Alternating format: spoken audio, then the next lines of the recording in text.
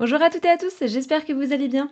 Je suis très heureuse de vous retrouver aujourd'hui dans une nouvelle vidéo sur la chaîne où on va parler de quelque chose qui m'est très souvent demandé, qui m'a encore été redemandé il n'y a pas très longtemps sur la FAQ que j'ai fait sur Instagram. C'est la question de la légitimité en magie. Comment est-ce qu'on peut se sentir légitime? Comment est-ce qu'on peut avoir confiance en soi dans sa pratique quand c'est pas le cas?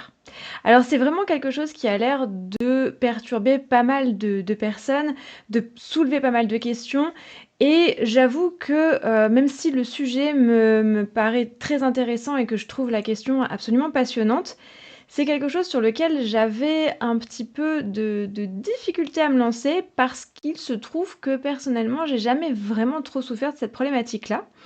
Non pas que je me sente absolument légitime dans ce que je fais et que je me dise: «C'est parfait, tout va très bien chez moi», mais parce que je pense que le fait que j'ai joui d'une grande liberté quand j'ai pu choisir ma voie spirituelle, puisque mes parents ne m'ont pas baptisée, ne m'ont jamais cultivée dans une culture religieuse, ou spirituelle, me laissant faire mes propres choix et faire mon propre chemin. Je pense que du coup, j'ai pas vraiment eu ce moment où je me sentais pas à ma place, où je me sentais pas bien et où j'ai dû remettre certaines choses en question.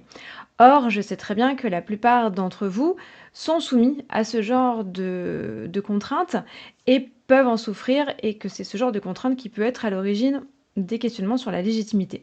Donc je me suis quand même penchée un peu sur la question, je me suis demandé comment est-ce que je pouvais l'aborder, sous quel prisme, etc. Et j'en suis venue à la conclusion que les problèmes de légitimité se posaient essentiellement dans 2 grands domaines qui sont le syncrétisme et le reconstructionnisme et que ces 2 domaines-là engendrent des questionnements absolument différents, voire presque opposés. Donc on va essayer de revenir un petit peu là-dessus, on va essayer de voir un peu, de se poser les bonnes questions, de se donner quelques pistes et de faire en sorte que vous vous sentiez un petit peu mieux dans vos baskets quand vous pratiquez la magie ou quand vous exercez un culte païen, quel qu'il soit. On va s'attaquer d'abord au sujet le plus facile, on va dire, en tout cas le plus confortable, ça va être le syncrétisme. Alors, le syncrétisme, on revient rapidement sur ce que c'est simplement le fait de construire une foi, de construire une religion, une spiritualité, en assemblant des choses qui viennent de différentes voies pour en créer une qui nous convient mieux.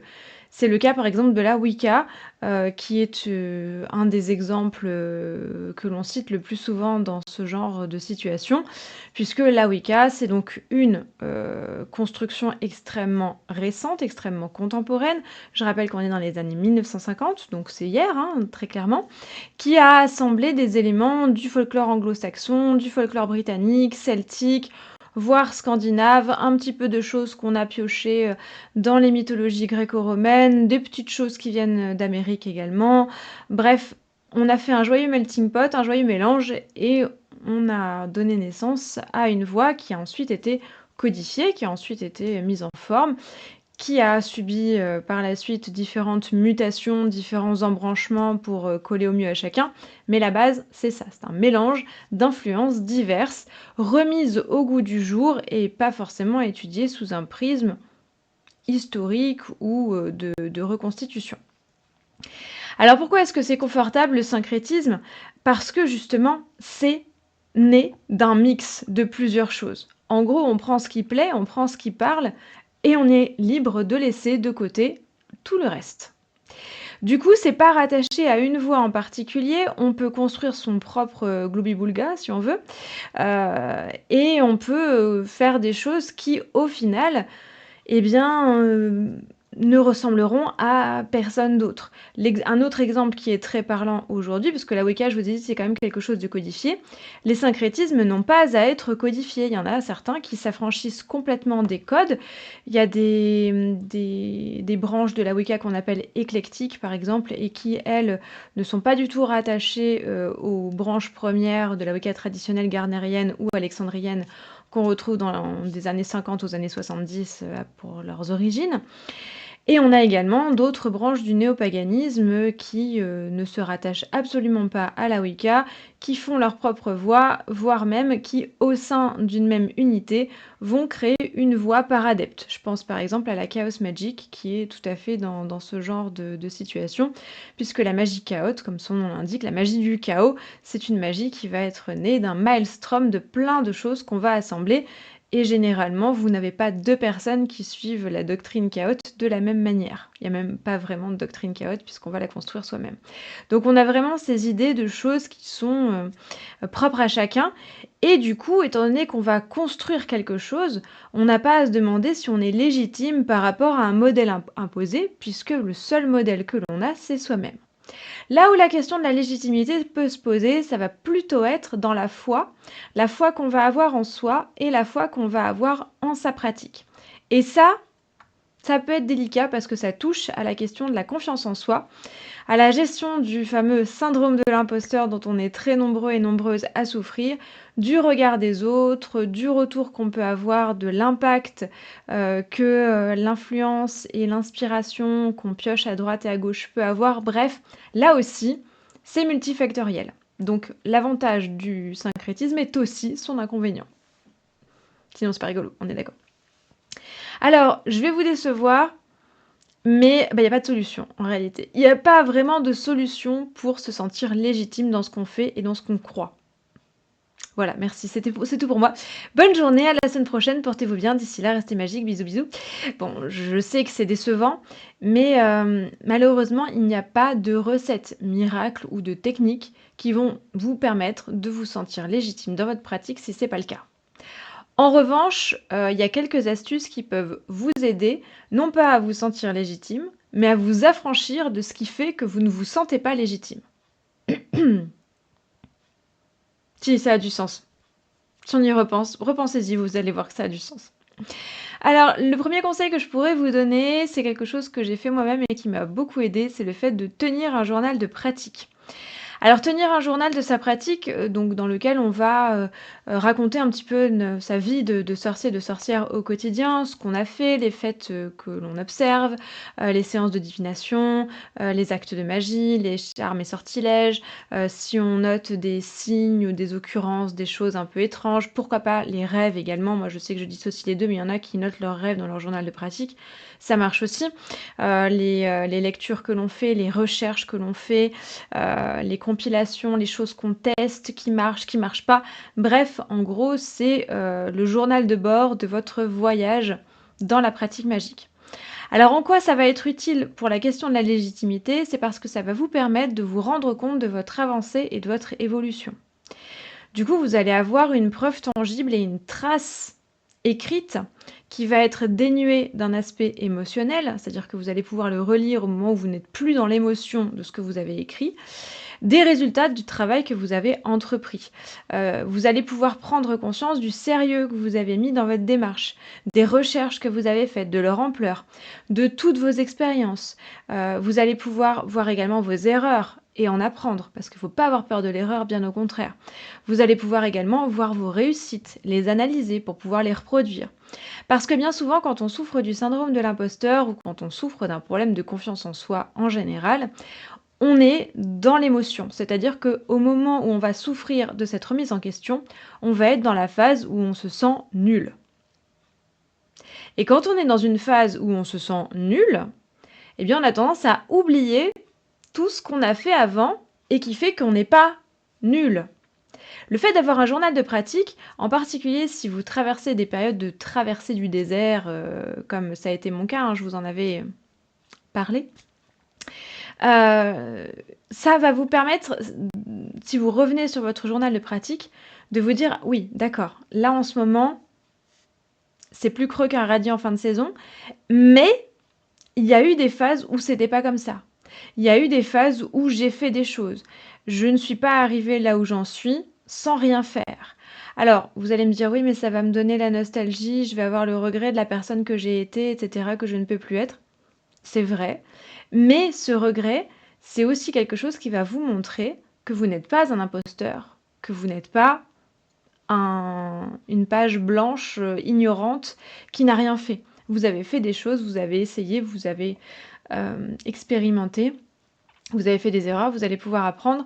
Donc ça va vous permettre de prendre conscience que malgré tout, même si aujourd'hui vous avez l'impression d'être à l'arrêt, voire de reculer, vous avez quand même avancé avant d'en être là. Et ça peut même vous permettre de vous reconnecter à ce que vous avez fait avant et à vous rappeler de votre cheminement. Donc pour moi, c'est quelque chose qui peut rendre de fiers services parce que ça permet d'oublier un petit peu, ou enfin plutôt c'est plutôt l'inverse, ça permet de se remémorer ce qu'on a fait avant et d'oublier qu'on est nul, enfin qu'on croit être nul.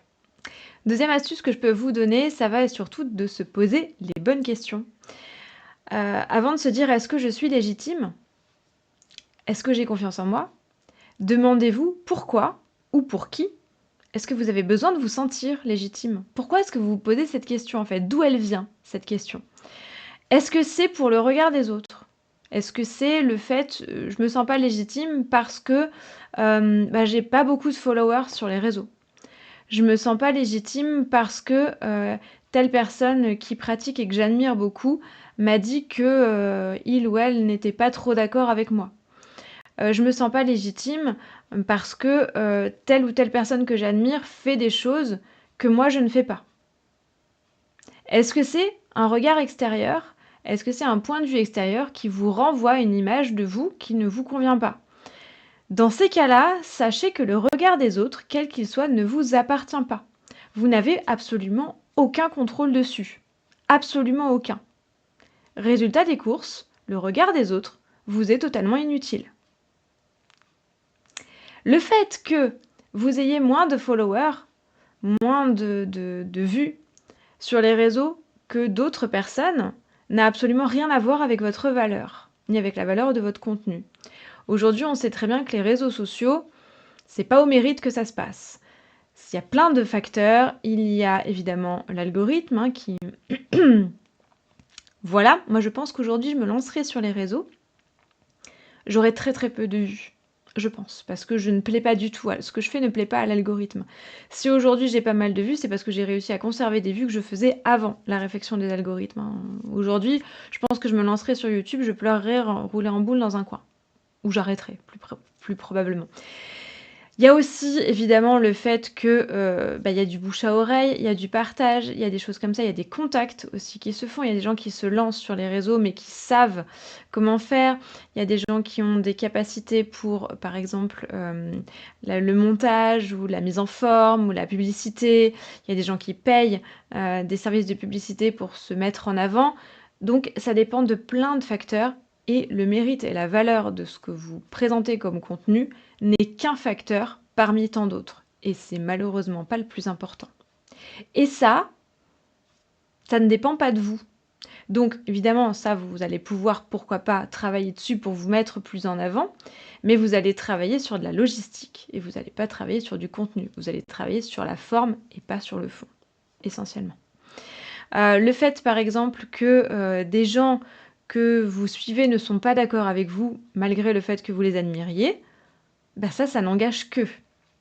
C'est pas parce que vous admirez quelqu'un et que vous voyez ce que vous voyez de cette personne-là que c'est complètement réel et que cette personne est effectivement digne d'admiration. Peut-être que vous admirez seulement une facette de sa personnalité, seulement ce qu'il ou elle choisit de montrer sur les réseaux, et que si vous aviez accès à l'ensemble des données, vous n'auriez pas le même avis. C'est possible aussi. En plus, on a tout à fait le droit de ne pas être d'accord, et ça ne veut pas dire que l'un a tort et que l'autre a raison. Le fait qu'on ne soit pas d'accord, ça veut simplement dire qu'on est sur deux voies différentes. Mais ces deux voies existent. Ça ne veut pas dire qu'il y en a une qui est meilleure que l'autre. Il y en a une qui est meilleure pour vous, il y en a une qui est meilleure pour lui ou pour elle, mais ça ne veut pas dire que vos deux voies doivent rentrer en compétition et sont mieux ou moins bien l'une par rapport à l'autre. Donc là, on laisse tomber. Si vous observez des pratiques chez quelqu'un d'autre, que vous n'avez pas ces pratiques-là, et que vous vous dites « mais cette personne, je l'admire, si je n'ai pas ces pratiques-là, c'est donc que je ne vaux pas le coup », là aussi, ça ne veut rien dire. C'est la même chose que précédemment, c'est simplement que c'est une voie qui lui appartient à lui ou à elle, qui ne vous appartient pas forcément. Si vous avez envie d'intégrer ces choses-là, si vous sentez que c'est quelque chose de pertinent pour vous, faites-le. Sinon, ne le faites pas. Vous avez probablement, vous aussi, des pratiques et des aspects dans votre personnalité, dans votre façon de voir les choses, que cette personne en face n'a pas et qui serait peut-être susceptible de lui plaire également. Donc, le regard des autres, à partir du moment où ça dépend d'une personne qui est extérieure à nous, on a absolument zéro contrôle dessus, donc on s'en fiche. Complètement. Donc, si la légitimité pour vous, c'est ça, c'est par rapport aux autres, vous pouvez essayer d'oublier tout ça. Alors évidemment, c'est un travail de déconstruction qui est assez important, mais il va falloir passer outre. Si en revanche, ce qui vous importe, c'est par rapport à vous, c'est-à-dire par rapport aux objectifs que vous vous êtes posés, vous, par rapport à vos aspirations, à vos besoins et pourquoi pas aussi à vos envies, dans ces cas-là, oui, ça va importer. Là, ce qu'il va falloir faire, c'est se dire que vous allez faire de votre mieux. Fixez-vous des objectifs également qui vont être réalistes, c'est-à-dire essayez de les morceler, essayez de les définir par étapes plutôt que de vous dire je veux maîtriser le tarot d'ici la fin de l'année. Ok, c'est très bien, c'est un bel objectif, mais c'est très vague. Maîtriser le tarot d'ici la fin de l'année, qu'est-ce que ça veut dire? Est-ce que ça veut dire déjà que vous allez employer l'ensemble du tarot ou est-ce que vous allez simplement vous concentrer sur les arcanes majeures? Est-ce que vous allez intégrer les mineurs ou pas?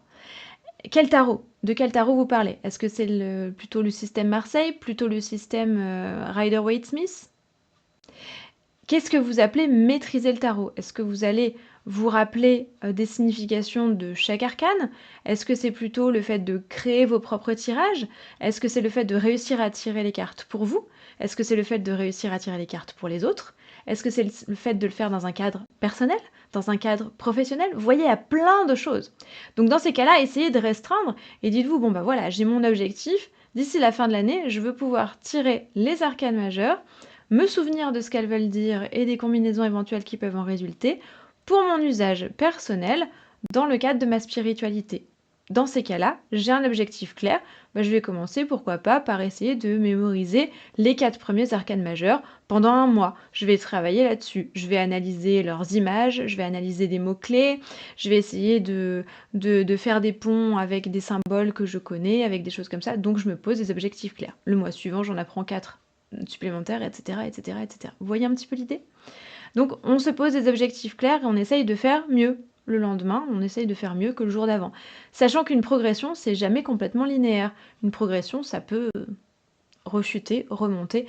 L'essentiel, c'est d'avoir une moyenne qui va plutôt être vers le haut. Mais si vous avez des journées ou des moments ou des semaines ou des mois de régression, ça ne veut pas dire que vous progressez pas. Ça veut simplement dire que votre progression, elle a été interrompue ou mise en berne par des éléments extérieurs. Et c'est pas grave, ça fait rien. On a le droit de se pardonner. Donc essayez de vous améliorer, essayez de vous remettre en question pour apprendre. Et surtout, gardez à l'esprit que le plus important, ça va être de coller à vos valeurs, vos idéaux, vos principes, vos aspirations, et que tant que vous collez à ça, tout va bien. Même si vous ne progressez pas aussi vite, ou aussi bien, ou aussi fort que vous l'aviez espéré au début. Essayez de voir les choses dans leur ensemble. Et c'est dans ce genre de cas que le journal, ça peut vous rendre de grands services parce que justement, vous n'allez pas voir les moments de creux, vous n'allez pas vous focaliser que là-dessus, mais vous allez voir qu'au final, il y a quand même si ça creuse de temps en temps, ça retombe, il y a quand même une moyenne qui va être ascendante. Troisième petite chose, gardez toujours en tête, toujours, que dans le domaine de la croyance, on n'aura jamais ni preuve, ni certitude, et que par conséquent, la légitimité n'existe pas. C'est comme la perfection. C'est un objectif totalement inatteignable. On n'est jamais complètement légitime dans sa pratique magique. Pourquoi? Parce qu'il y aura toujours une part de doute, soit en soi, soit à l'extérieur, qui fera que rien ne sera complètement prouvé, ni complètement assis avec certitude. J'ai beau être très à l'aise dans ma pratique, croire profondément à ce que je fais, je n'ai absolument aucune preuve que ce en quoi je crois est vrai. Je n'ai que mon intime conviction. Ça me suffit, mais il faut que je l'accepte ça. Et pour moi qui ai un esprit très terre-à-terre et très cartésien, c'est parfois difficile. Donc on essaie de garder ça en tête, de se dire, si mon sortilège a réussi, certes ça peut constituer pour moi une preuve que ce en quoi je crois est vrai, mais ça peut aussi être une coïncidence heureuse et peut-être que ce n'est pas le cas. Et ça, cette réponse, on ne l'aura jamais. Et loin d'être pour moi un écueil ou un mauvais côté, je trouve que c'est merveilleux. Parce que ça nous permet de travailler non pas sur la connaissance, mais sur la croyance. Et la croyance, c'est quelque chose qui va nous pousser dans des sphères qui sont différentes de celles de la connaissance pure. La connaissance, c'est une certitude qu'on peut partager, qu'on peut transmettre et qu'on peut prendre autour de soi. C'est bien, c'est merveilleux, c'est utile pour plein de choses, mais la croyance, c'est quelque chose qu'on va construire. C'est quelque chose qu'on va bâtir, qui va nous suivre et qui va nous ressembler tout au long de notre vie. C'est quelque chose d'extrêmement intime qui techniquement ne devrait pas sortir du secret de notre cœur et de notre tête, même si on peut le partager avec les autres, mais dans ces cas-là, il faut accepter que les autres ne le reçoivent pas, ou que ça ne leur parle pas, ou qu'ils ne soient pas d'accord, ou qu'ils s'y opposent, ou qu'ils le rejettent. C'est pas toujours évident, mais il faut l'accepter. Et du coup, ça nous apprend l'ouverture d'esprit, ça nous apprend la pondération, ça nous apprend l'humilité et ça nous apprend la connaissance de nous-mêmes. C'est fabuleux, non? Parce que si on avait la preuve, on n'apprendrait plus rien sur nous. Alors que nos croyances reflètent énormément de choses sur qui nous sommes en profondeur. Donc, je trouve ça encourageant que certaines questions restent pour toujours sans réponse. Même si ça peut être un peu frustrant. Et enfin, si jamais le manque de légitimité vient du fait que vous vous sentez ridicule, parce que ça arrive des fois. Moi, j'ai eu des moments dans des sortilèges, je me suis dit, mais rien ne va, je suis ridicule. Oui, ça arrive. Il y a des moments où on va lire des choses sur la pratique magique et on va se dire, ça a l'air complètement perché, on va me prendre pour une folle, pour un fou. Oui, mais remettez les choses en perspective. Toutes les pratiques spirituelles et religieuses peuvent sembler ridicules. Absolument toutes, sans la moindre exception. Pensez-y, il y a des choses, prenez les grandes religions, allumez un cierge pour faire un vœu. C'est-à-dire que pensez que allumer une bougie va permettre de changer quelque chose dans votre vie. Pensez-y, c'est ridicule. En apparence, je ne critique pas, je dis ça peut paraître ridicule. Prier une entité supérieure sans la moindre preuve que cette entité existe. Parce que ça n'a pas l'air ridicule. Construire en l'honneur de cette entité dont on n'est pas sûr de l'existence, un immense édifice en plein cœur d'une ville. N'est-ce pas aussi potentiellement ridicule? Si on le sort du contexte, toutes ces choses-là peuvent sembler parfaitement ridicules. Mettez-les dans un autre cadre, sortez-les du cadre de Dieu. Dites-vous, j'allume une bougie pour trouver une place de parking.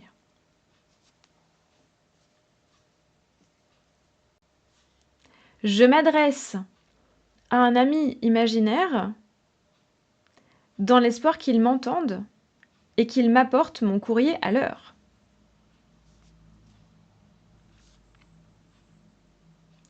Je construis un château fort pour la petite souris. N'est-ce pas, en apparence, ridicule? Toutes ces choses-là ne le sont pas. Le fait d'allumer un cierge, de prier, de construire une église, ne le sont pas. Pourquoi? Parce qu'on en a l'habitude. Tout simplement parce que ça fait des siècles qu'on fait ça et que c'est rentré complètement dans le quotidien et dans le paysage. C'est tout à fait normal de voir une église au milieu d'un village. C'est tout à fait normal d'aller y allumer un cierge. C'est tout à fait normal de s'y agenouiller pour prier l'entité pour laquelle on l'a construite. Parce que c'est comme ça depuis des siècles. C'est uniquement l'habitude, la durée et la routine qui en ont fait la légitimité. Ce n'est absolument pas la preuve de l'existence ou de l'efficacité de ces pratiques-là. Alors vous allez me dire, oui, mais bon, si ça marchait pas, on n'aurait pas continué. Oui, dans ces cas-là, dites-vous bien que ça fait des siècles et des siècles que l'on croit aux fantômes, qu'il y a encore des histoires de fantômes et que si ça n'a pas disparu, on peut y opposer exactement le même raisonnement.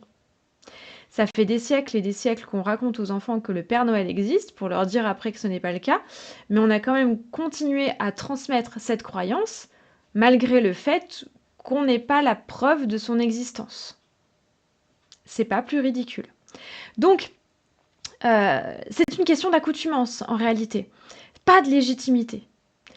Donc, plus vous allez pratiquer, plus vous allez faire en sorte que vos pratiques et vos croyances rentrent dans votre quotidien, rentrent dans vos habitudes, rentrent dans votre paysage personnel, Et plus vous vous sentirez à l'aise et bien dans vos bottes, plus ça vous semblera normal, et moins ça vous semblera ridicule.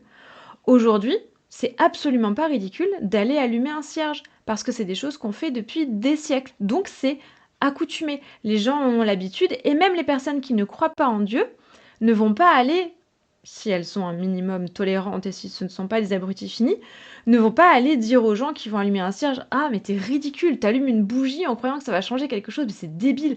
Non, ce n'est pas débile, c'est une conviction. Une conviction, ce n'est pas débile, ce n'est pas idiot, ce n'est pas ridicule, c'est quelque chose qui appartient à chacun, et du moment qu'on y met de la foi, il n'y a absolument aucun problème et personne n'a rien à redire là-dessus. Donc, là encore, c'est une question de regard extérieur. Ce sont des choses qui peuvent nous paraître farfelues parce qu'on n'y est pas habitué. Si on les remet dans un autre contexte et si on compare avec d'autres pratiques qui, elles, sont parfaitement rentrées dans les mœurs, on se rend compte que finalement, eh ben, c'est pas si éloigné que ça. Les sortilèges que l'on fait en magie, le fait de mettre une plante dans un sachet pour obtenir un effet, bah, c'est pas plus farfelu que d'allumer une bougie. Donc, chacun peut être légitime à partir du moment où sa foi est sincère. On n'a pas le droit de critiquer la foi de quelqu'un d'autre, même si on ne la partage pas. Donc là, tout à l'heure, l'exemple que je vous donne, je n'ai pas tourné les choses en ridicule, j'ai juste essayé de vous montrer que si on se sort du contexte de l'habitude, on peut avoir l'impression que ça l'est. Alors que non, bien sûr que non. À partir du moment où la foi est sincère, il n'y a absolument aucune place pour le ridicule et on peut tout à fait construire des édifices immenses au nom de cette foi-là. Moi, je trouve ça beau, quelque part, de partager suffisamment de croyances et de convictions pour en arriver là, pour arriver à construire des bâtiments qui défient le temps et qui, des siècles après, sont encore là et qui, des siècles après, abritent encore les mêmes rites.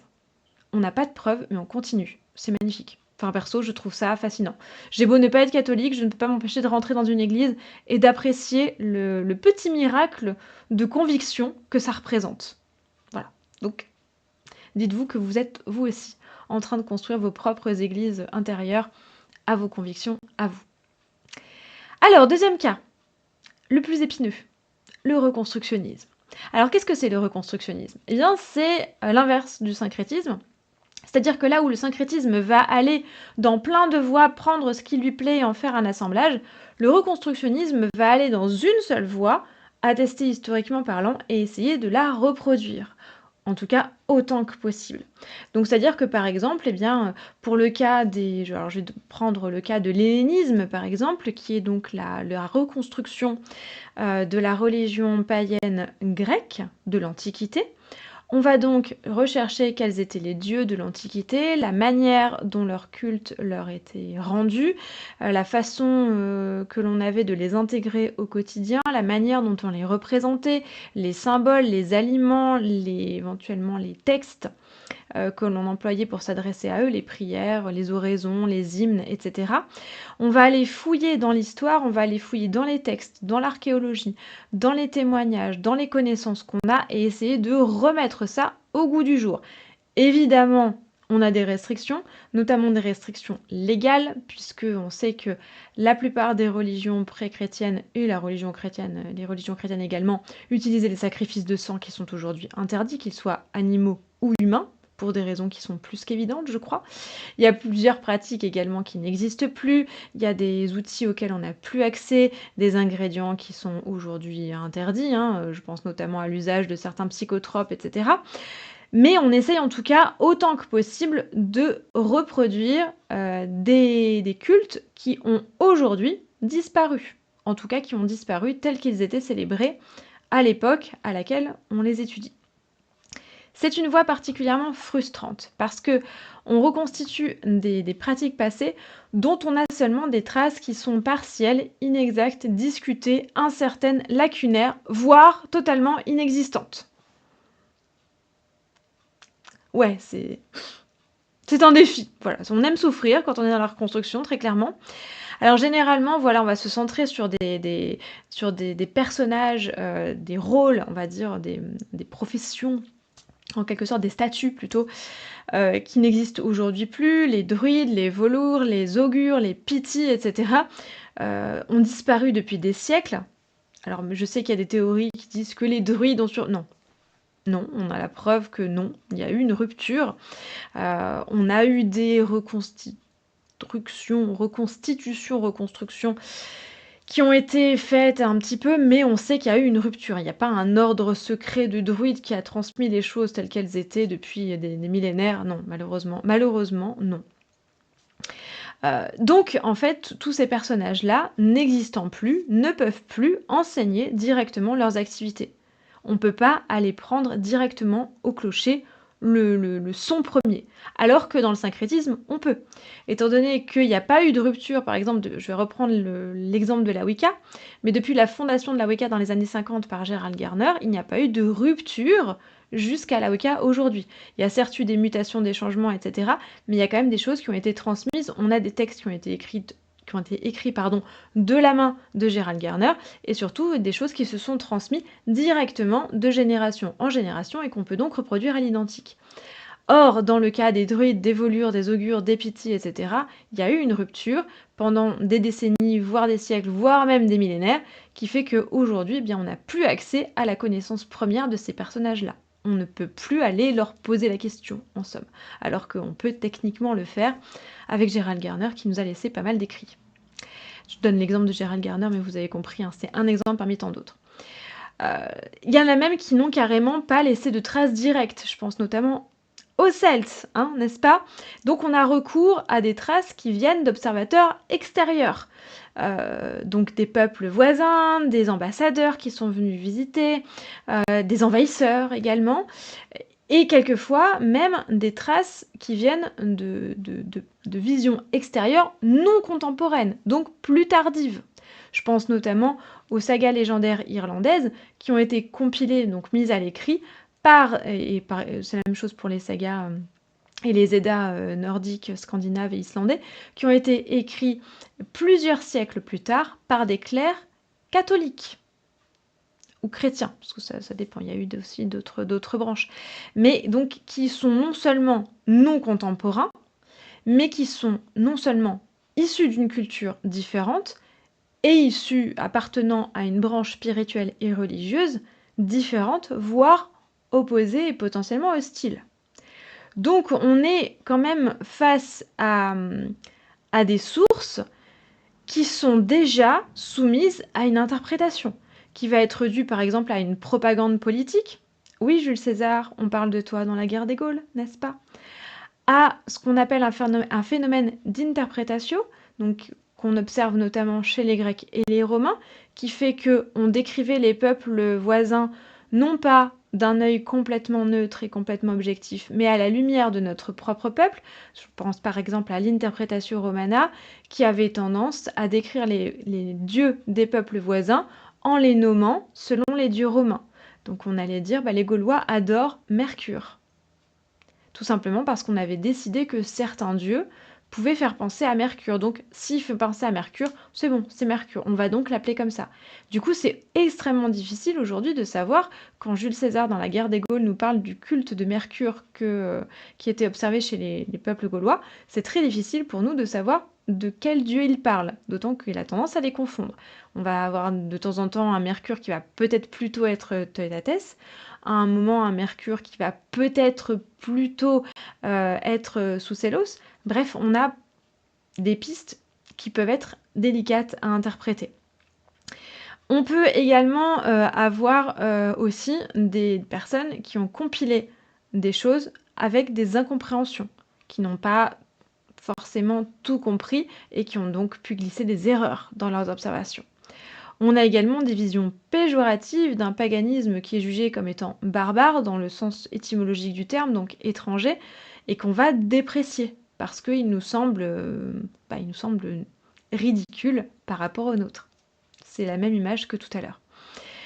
Et du coup, nous, on récupère ça et on va de nouveau y imposer une surinterprétation avec notre propre prisme contemporain, et qui est souvent complètement à côté de la plaque, à cause de deux grands responsables, le 19e siècle, qui a fait pas mal de dégâts dans le paysage historique, et la pop culture, qui véhicule encore aujourd'hui des erreurs plus grosses que l'ego de mon chat. C'est pour vous dire. Du coup, on se retrouve avec quelque chose qui généralement est complètement dénaturé et fantasmé. C'est le téléphone arabe, si vous voulez. Plus, on va rajouter à ça le charlatanisme qui a fait beaucoup de mal. Du coup, on se retrouve avec un vrai souci pour se sentir légitime là-dedans quand on veut faire les choses bien. Ouais, c'est pour ça que je vous dis, on va garder celui-là pour la fin parce que c'est clairement un gros défi. Vous vous doutez bien qu'il n'y a absolument pas de solution là non plus. Il n'y a pas de recette miracle. C'est extrêmement difficile et c'est même impossible d'être légitime dans ce genre de pratique étant donné qu'il y a, là encore, non seulement des zones d'ombre au niveau de la foi et des convictions, mais également des zones d'ombre au niveau des sources qu'on utilise pour reconstruire tout ça. Ouais, c'est masochiste, hein, le reconstructionnisme, hein, globalement, c'est dur, hein. Force à vous. Enfin, force à nous, les reconstructionnistes, parce que... Ouais, c'est dur. C'est vraiment dur. Alors là encore, il y a quand même quelques petites choses, quelques petites astuces qui peuvent nous aider à avoir le sentiment qu'on va faire les choses bien et qu'on va tendre vers un peu plus de légitimité, même si là encore, la légitimité, c'est un objectif qu'on n'atteindra jamais. Et c'est ok. C'est pas grave. Première chose, eh ben l'accepter. Accepter qu'on sera jamais complètement légitime, notamment si on emploie les termes historiques. Je pense notamment aux termes de druide, aux termes de volva, aux termes d'augure, aux termes de piti dont j'ai parlé tout à l'heure. Ce sont des statuts qui n'existent plus, qui ne sont plus reconnus par la société, donc on ne peut pas, absolument pas, les incarner comme ils l'étaient à l'époque. C'est mort. Ça n'arrivera jamais. C'est triste, mais ça n'arrivera jamais. Nous sommes dans un monde où les druides n'ont plus la valeur qu'ils avaient avant. Sachant que c'était des personnages qui étaient au cœur de la société, qui étaient extrêmement respectés, qui faisaient partie de l'un des 3 pôles de la fonction tripartite telle qu'elle nous est décrite par Georges Dumézil, le regretté, n'est-ce pas? Hein, donc la fonction productrice avec l'agriculture, l'élevage, le commerce, l'artisanat, etc. La fonction guerrière avec les guerriers qui défendaient, qui protégeaient, et la fonction sacerdotale avec les souverains et les dirigeants religieux. Eh bien aujourd'hui, ces dirigeants religieux-là n'existent plus dans nos sociétés. Alors certes, on peut essayer de les remettre au goût du jour, mais ce rôle-là est mort. Il n'existe pas. Il n'existe plus. Ce qu'on ravive, ce n'est qu'une interprétation contemporaine du peu que l'on sait de ces statuts-là. Ce n'est en aucun cas une renaissance de ces statuts. Là encore, parce qu'il y a eu interruption. Par exemple, on peut très bien essayer de suivre un enseignement bardique ou de se renseigner sur les volvas, enfin sur les volures, pardon, si on a envie d'être volva, que j'emploie, parce qu'une volva a des volures, que je prononce, non, on devrait même dire vulva, parce qu'il y a un umlaut, bref, vous avez compris. Mais on ne sera jamais vulva. Pas comme c'était à l'époque. Une vulva n'était pas agent immobilier pour payer son loyer. Un druide n'allait pas faire ses courses au supermarché. C'était un mode de vie qui était complètement différent et qui, aujourd'hui, n'est pas possible à reproduire, tout simplement parce que la société a changé. Et que ces rôles ont disparu de la société. Ouais, c'est dur. Donc, une solution qui peut être envisageable, c'est d'employer des termes plus adaptés et plus réalistes. Ça peut aider. Aujourd'hui, plutôt que de dire qu'on est païen, il vaudrait peut-être mieux dire qu'on est néo-païen, donc avec le petit préfixe néo qui veut dire nouveau. On est des nouveaux païens. On va plutôt parler de néo-druidisme. On va parler aussi de reconstructionnisme. Donc oui, là c'est réaliste, là c'est vrai, là ça existe. Le néo-druide existe. Le néo-druide est un personnage aujourd'hui qui est tout à fait attesté. Le néo-païen est un personnage qui est tout à fait attesté. Ça existe. Du coup, ça va être plus facile de se sentir légitime si on s'axe là-dessus, si on utilise les bons termes, parce que ça correspond vraiment à ce qu'on est et à ce qu'on fait. C'est donc un peu plus accessible et c'est donc un peu plus juste. Et plus on va être juste, plus on va se sentir légitime. Deuxième chose, c'est d'accepter de travailler par essai-erreur. Accepter de se remettre constamment en question, même si on va pas se mentir, pour l'ego, c'est pas facile. On a le cas de découvertes archéologiques qui démentent parfois ce qu'on prenait pour des certitudes et pour des connaissances, et qui étaient ancrées dans les habitudes. Et c'est pas évident d'ajuster, de modifier, d'abandonner certaines pratiques, certaines convictions pour coller à tout ça. C'est très difficile. Récemment, par exemple, on a découvert que les runes étaient potentiellement plus anciennes de plusieurs siècles par rapport à ce qu'on pensait au départ. Ça remet beaucoup de choses en question, notamment sur leur origine. Du coup, on se retrouve avec des choses qui sont susceptibles de changer, de bouger et d'être modifiées en permanence. On marche sur un fil qui peut se rompre à tout moment. Et c'est pas facile à faire. Donc il va falloir l'accepter et se dire que même si on fait de notre mieux, même si on a fait toutes les recherches nécessaires et même si on s'est appuyé sur les meilleures des sources, ça peut se casser la figure du jour au lendemain si on découvre un truc qui va à l'encontre de ce qu'on croyait savoir. Là encore, parce qu'il y a eu rupture. Oui, c'est un plaisir, c'est un plaisir. Donc il faut, troisième chose, parvenir à trouver un équilibre en quelque sorte entre nos convictions profondes qui nous appartiennent, qui ne sont pas prouvables et qui ne le seront jamais, et donc qui relèvent de l'aspect personnel, qui n'engagent que nous, et qui, elles, sont donc, quoi qu'il en soit, légitimes, puisque ça vous appartient, et le travail de recherche, qui, lui, va engager l'intégrité intellectuelle, qui va dépendre des données qu'on va rassembler, des sources qu'on va étudier, et qui, lui, a un potentiel de référence qui, lui, peut changer la légitimité en fonction de ce potentiel de référence.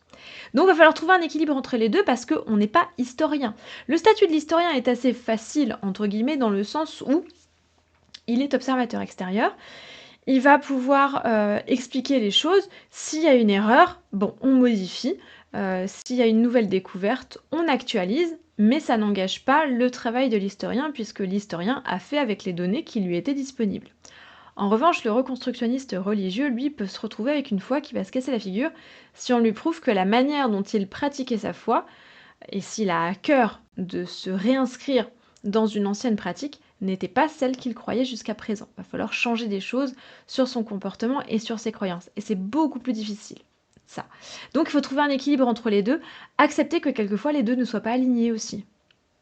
Que nos convictions, eh bien, on peut avoir envie de les conserver parce qu'on a appris comme ça et qu'on se sent bien là-dedans et se dire que bon, bah finalement, on a appris que dans la réalité, c'était pas comme ça, mais que vu que nous, on fait comme ça depuis nos débuts, qu'on a trouvé un bien-être, qu'on a trouvé un épanouissement personnel là-dedans, eh bien, ce sont des convictions qui nous appartiennent et auxquelles on ne va pas forcément toucher. Donc, trouver un équilibre entre les deux et se situer là où on se sent le plus en harmonie avec soi-même et puis avec les données que l'on a.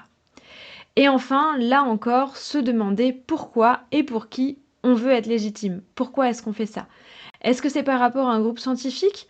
Dans ces cas-là, on travaille avec le maximum de rigueur possible, on fait attention aux sources, et on se dit que comme l'historien, on a fait ce qu'on avait à faire avec les sources qui nous étaient disponibles, et si on s'est planté, eh bien, ça vient pas d'un mauvais travail, ça vient du fait que le matériel avec lequel on travaillait était insuffisant. Et donc on va l'enrichir quand le matériel va s'étoffer. Est-ce que c'est par rapport à un rôle de vulgarisation ou de médiation? Dans ces cas-là, on essaye de démonter les clichés, on va transmettre le plus sérieusement possible, quitte à déplaire, mais au moins on sera raccord et on sera droit dans nos baskets. Est-ce que c'est par rapport à la notion de néopaganisme? Et dans ces cas-là, on va essayer de rester lucide et se dire qu'on adapte ce qu'on sait, et qui n'est pas forcément vrai, avec ce qu'on peut faire aujourd'hui, et on accepte que ça ait des zones d'ombre et que ça puisse se casser la figure du jour au lendemain. Donc évidemment, c'est pas facile, mais il faut accepter, pour se sentir légitime, il faut accepter de ne pas l'être. C'est un peu le chat de Schrödinger de la spiritualité finalement. Voilà, pour se sentir légitime, il faut accepter qu'on n'est pas légitime. Voilà, 44 minutes pour en arriver à ça. Était-ce bien nécessaire? Je ne sais pas. En tout cas, c'est un sujet passionnant. Je remercie beaucoup toutes les personnes qui m'ont posé cette question. J'espère avoir donner quelques petites pistes là-dessus, même si ça reste extrêmement partiel et qu'on aurait pu en parler pendant des heures. Mais bon, je veux quand même me limiter autant que possible. En tout cas, si la vidéo vous a plu, n'hésitez pas à lui laisser un j'aime, un commentaire ou à la partager autour de vous à des gens que ça pourrait intéresser. Ça aide énormément pour l'algorithme et c'est ce qui fait que la chaîne va pouvoir être proposée et faire venir de nouvelles personnes, la faire découvrir à de nouvelles personnes. Si vous avez envie de me soutenir, vous pouvez me laisser un petit pourboire sur Ko-fi, ça permet de continuer à faire vivre la chaîne. Et si vous voulez vous triturer encore plus le cerveau, trouver des sources et puis partager, enfin, avoir accès aux recherches que je partage avec vous, n'hésitez pas à rejoindre le programme Une année en magie pour vous donner accès tous les mois à un livret d'100 de pages avec plein de sources, plein d'idées, plein d'astuces pour accompagner votre pratique quotidienne et vous aider à vous sentir un petit peu plus légitime dans celle-ci et jusqu'à 4 vidéos supplémentaires pour encore plus de moi tous les mois si vous ne vous en lassez pas avec mes vidéos toutes les semaines sur YouTube. D'ici la semaine prochaine, prenez un très grand soin de vous. Ayez un petit peu plus de confiance en vous et fichez-vous du regard des autres parce qu'on s'en fout complètement. Et surtout, plus que jamais, restez magique. À très vite. Bye.